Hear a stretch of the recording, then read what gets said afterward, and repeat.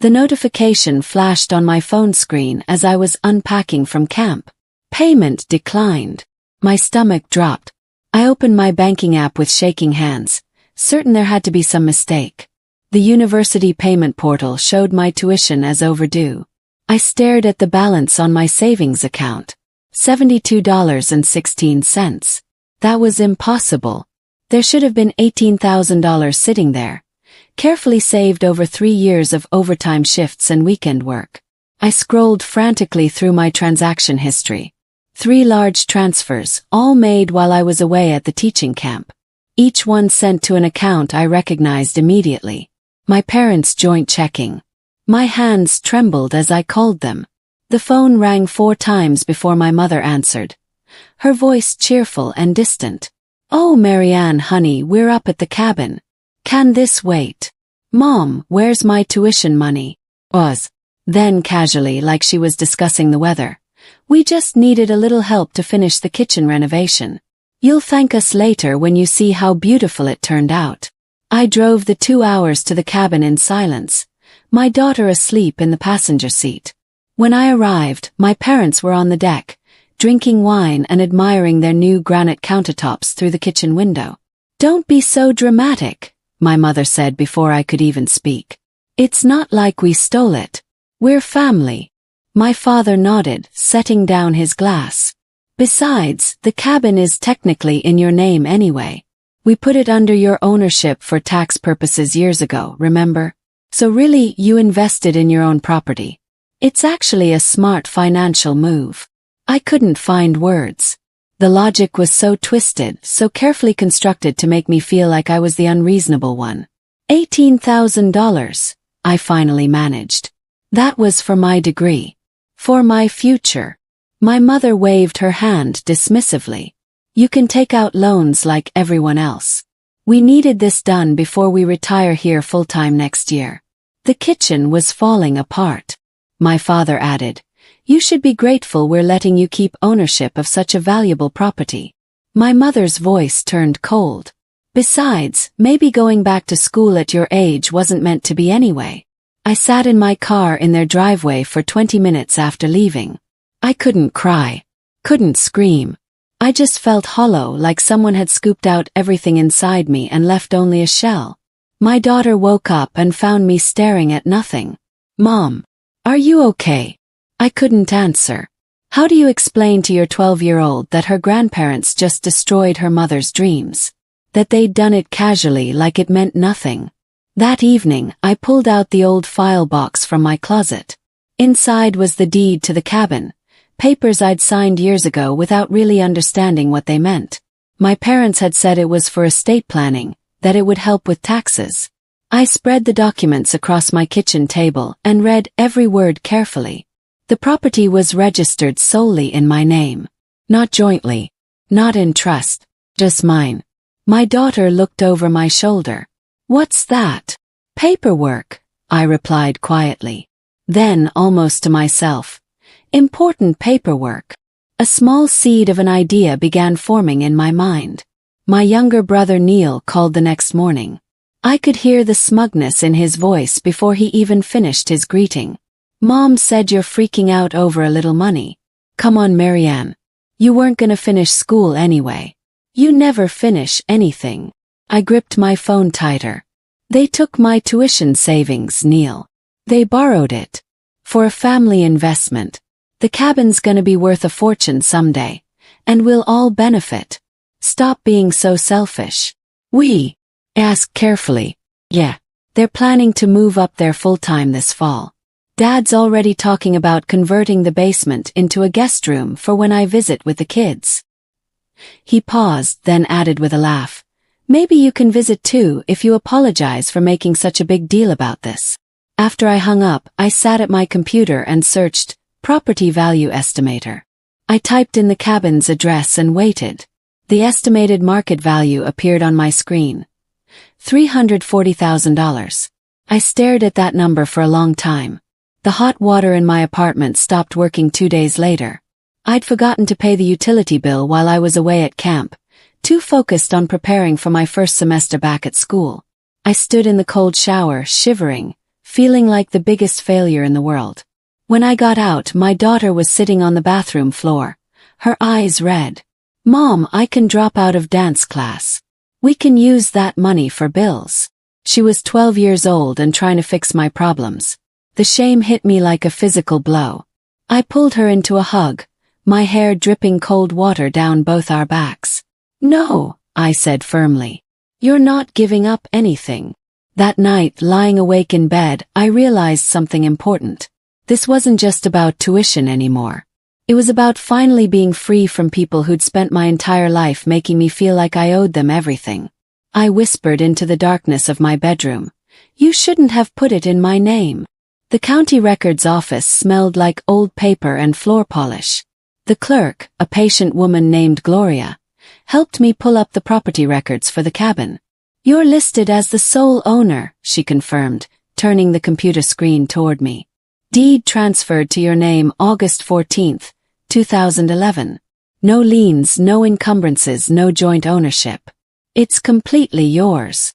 I stared at the official record, my heart pounding. The taxes were being paid through my parents' account, but that didn't change ownership. The property was mine, legally and completely. "Is there anything else you need?" Gloria asked. "No," I said, standing up. "This is perfect." I walked out of that building smiling for the first time in weeks. On the drive home, I pulled over at a red light and typed into my phone, "How to legally sell a property you own." The search results filled my screen with answers. Over the next week, I called my parents regularly, asking casual questions about their future plans. "What would you do if something happened and you couldn't live at the cabin?" I asked during one call. My mother laughed. "What a strange question. Nothing's going to happen. We earned that place, Marianne.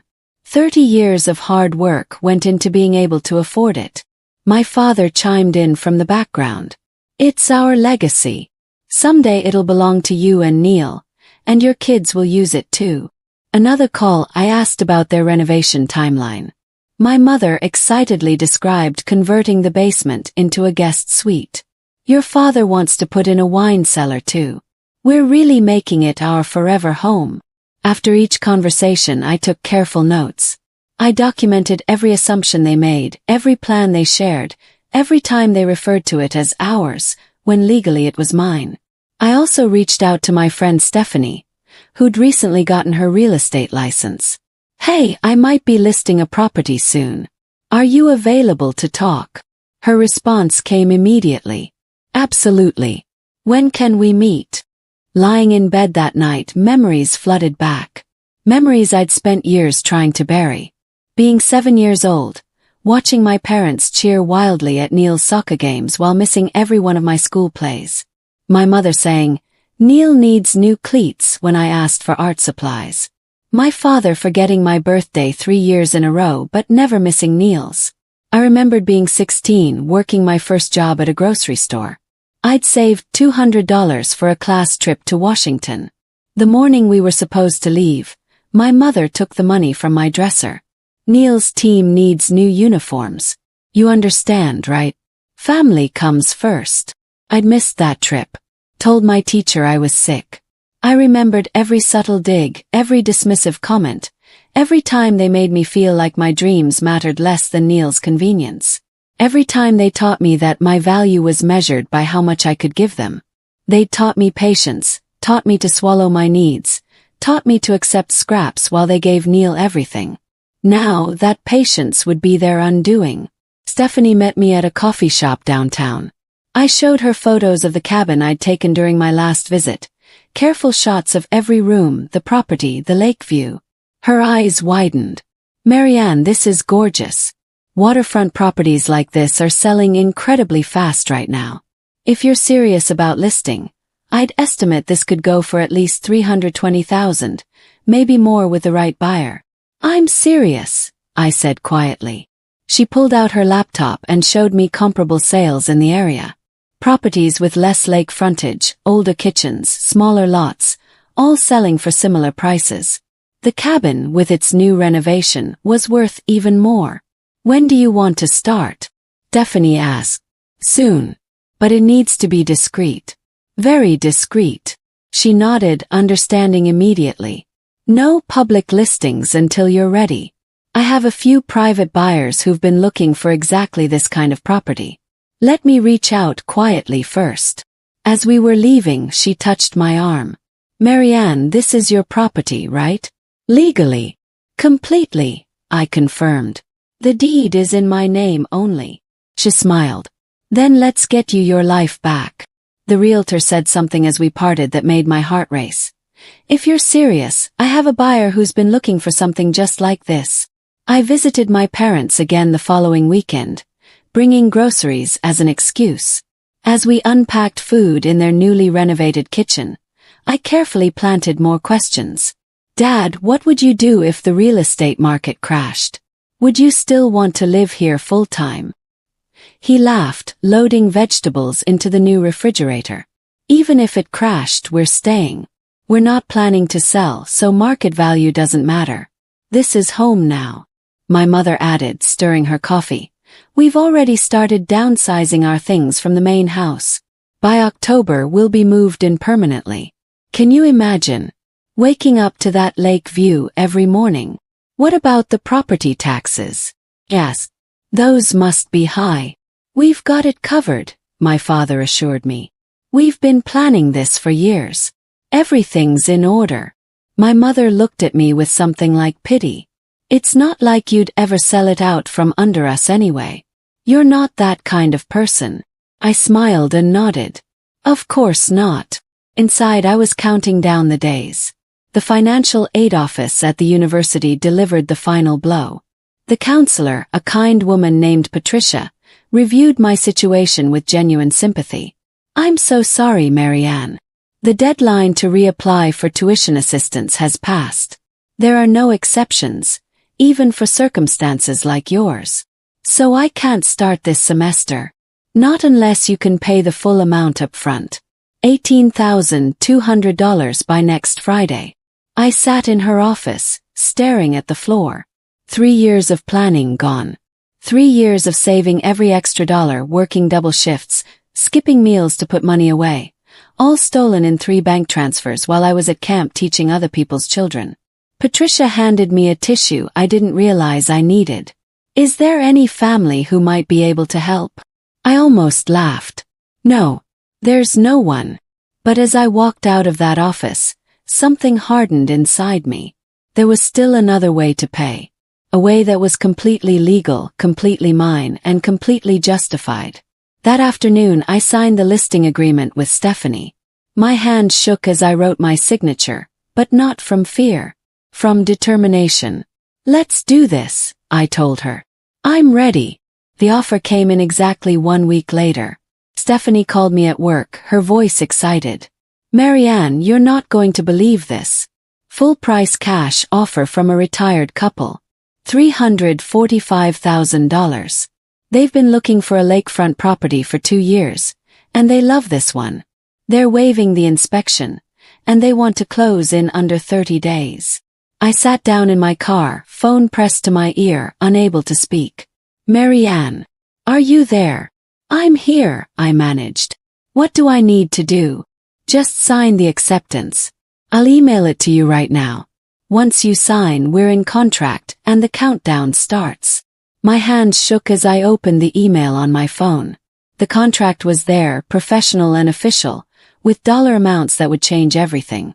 I signed it electronically, right there in the parking lot. Done, I told Stephanie. Congratulations. You just sold your property. After hanging up, I sat in my car for 10 minutes, breathing deeply, feeling something I hadn't felt in months. Oh, relief, control. Then I texted my mother. Hey, mind if I stop by this weekend? I'd love to see the finished kitchen one more time. I drove up to the cabin on Saturday morning with my daughter. The weather was perfect, and my parents were in excellent spirits, eager to show off every detail of their renovation. Look at this backsplash, my mother said, running her hand along the new tile. Italian marble. Cost a fortune, but it's absolutely worth it. My father showed me the new appliances, the custom cabinets, the breakfast nook they'd added by extending the kitchen into what used to be a storage room. We're thinking about building a deck extension next spring. Really make this place something special. My mother talked endlessly about their plans for Christmas. We'll have the whole family here. Neil's bringing the kids. We'll finally have space for everyone to stay overnight. I smiled and nodded, taking mental photographs of every room. My daughter played by the lake while I helped them organize pantry items, all of us pretending this was a normal family visit. When I excused myself to use the bathroom, I stood in front of the mirror and whispered, "Enjoy it while it lasts." Then I washed my hands and rejoined them, laughing at my father's jokes and admiring my mother's new curtains like nothing was about to change. The signing appointment was scheduled for Tuesday afternoon at the title company. I told my boss I had a doctor's appointment and left work early, my stomach churning with nerves and anticipation. The notary, an older man named Howard, laid out the documents across the conference table. Stack after stack of papers, all requiring my signature. "This is a substantial property," he commented. "Do you live there currently?" I smiled slightly. "Not for long." He raised an eyebrow but didn't press further. I signed each page carefully, my hand steady despite the massive weight of what I was doing. With each signature I felt lighter, freer, like chains I'd worn my entire life were breaking, one link at a time. The final signature went on the deed transfer. Howard stamped it officially, and just like that, the cabin was no longer mine. It belonged to the retired couple who'd offered cash, who'd dreamed of a lakefront property, who would actually appreciate what they owned. "Congratulations," Howard said, shaking my hand. "The funds will be transferred to your account within 48 hours. As I walked out of that office, Stephanie called. "The buyers want to visit the property this weekend to measure for furniture. Are you okay with Saturday morning?" Saturday. When my parents would be there, settling in completely unaware. "That works perfectly," I replied. The deposit hit my account Thursday morning. $345,000, minus Stephanie's commission and closing costs. I was left with $312,000.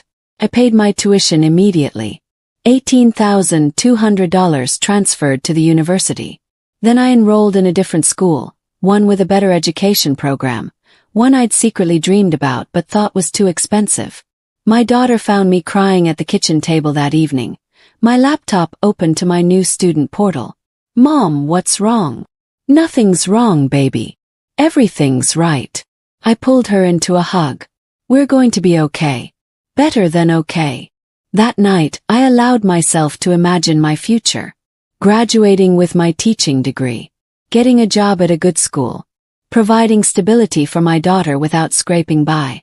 Without choosing between bills and groceries. Without sacrificing everything for people who saw me as an afterthought. Then my phone rang. My mother's name flashed on the screen. I answered, keeping my voice calm. "Hello, Mary Ann." She was screaming. "There are people at the cabin saying they own it. They have paperwork and a real estate agent, and they're telling us to leave. What is happening?" I took a slow breath. "I sold it, Mom. It was in my name, so I sold it." Silence. Then, "You what?" "I sold the cabin. The sale closed 2 days ago." The explosion was immediate. My mother's voice rose to a pitch I'd rarely heard, a mixture of rage and disbelief. My father grabbed the phone, demanding explanations, threatening legal action. "You can't do this. That's our home. We put everything into that place." "You put my tuition money into it," I replied calmly.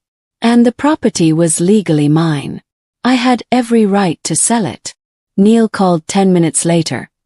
His voicemail a string of curses and accusations. "You screwed over your own family.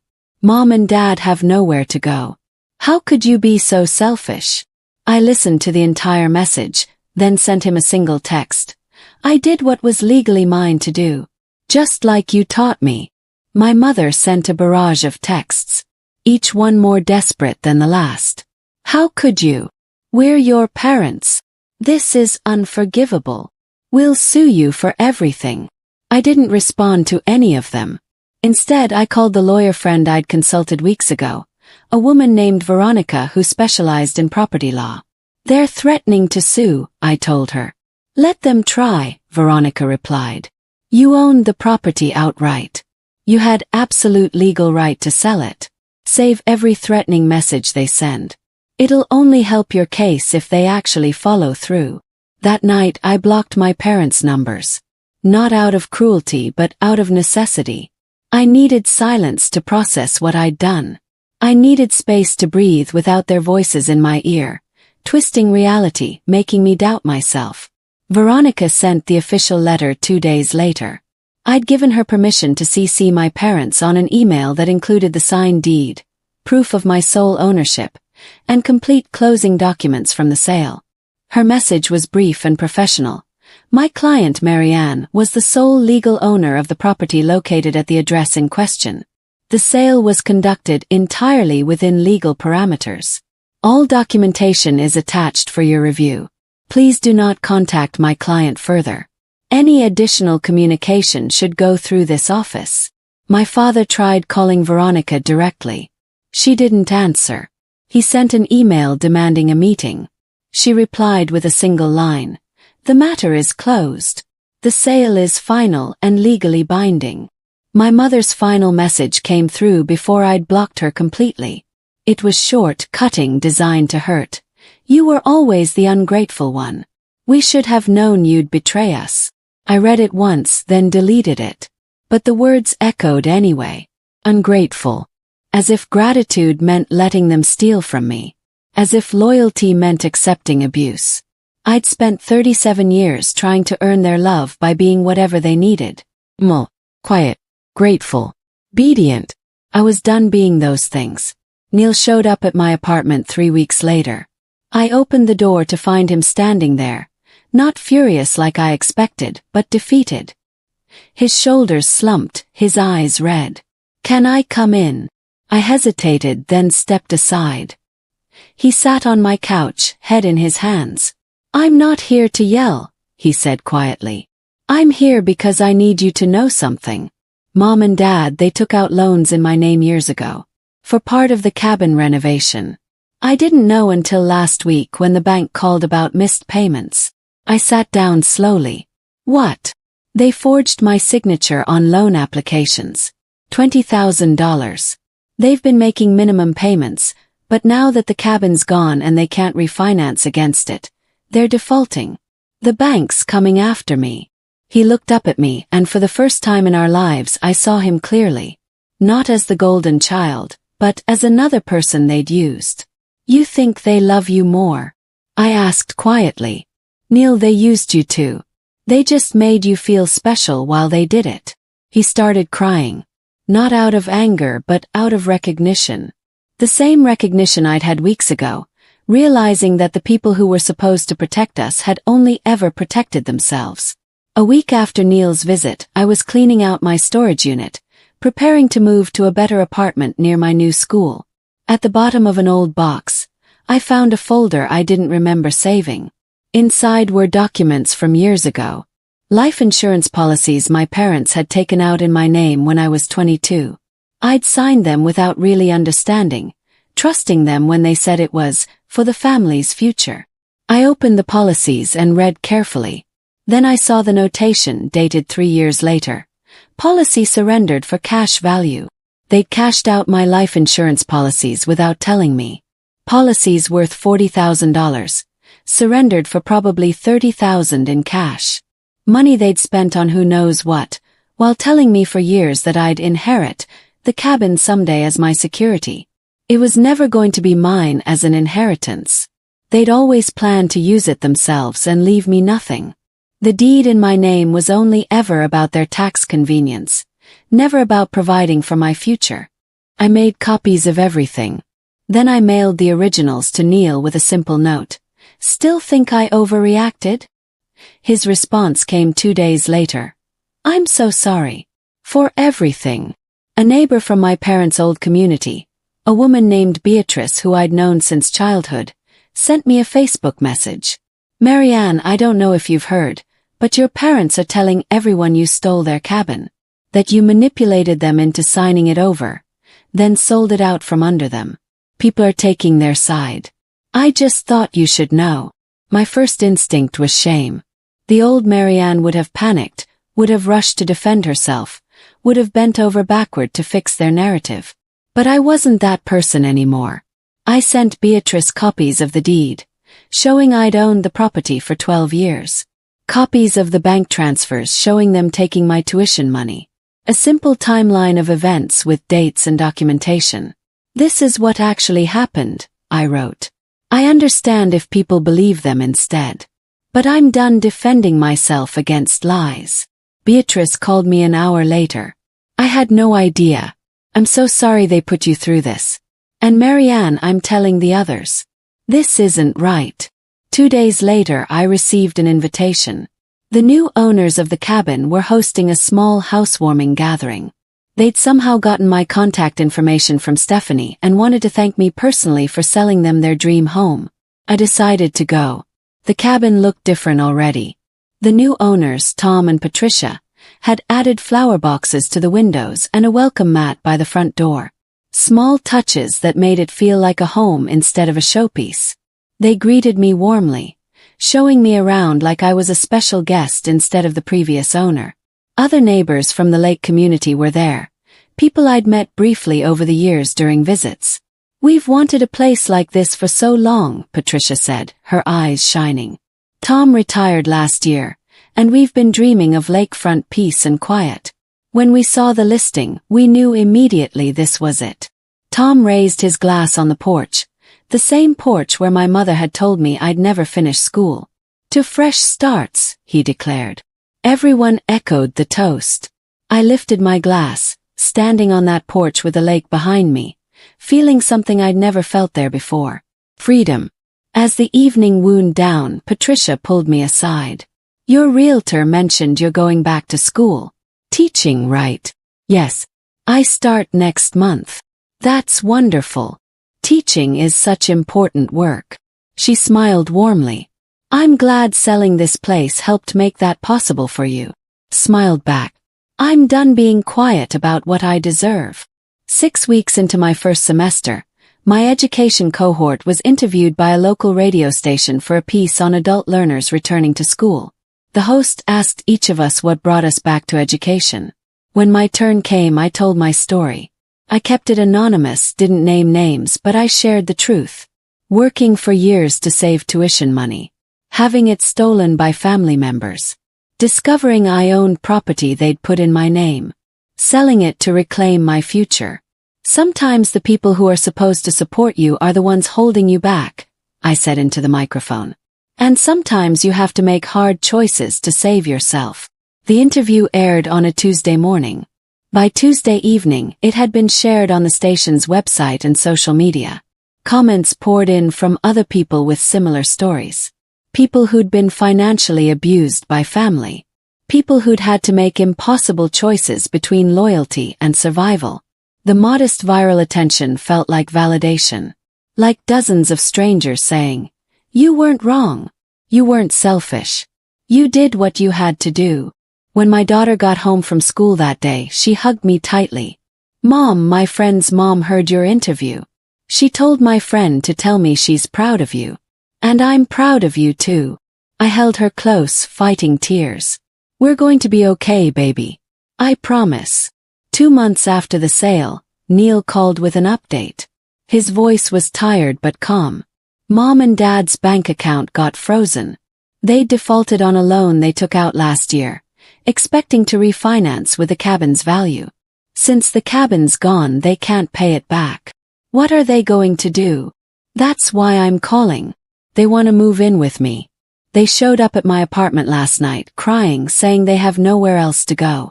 But Marianne, I can't. I have 2 kids in a 2-bedroom place. And honestly, after what they did to both of us, I don't want to. So what did you tell them? I said no.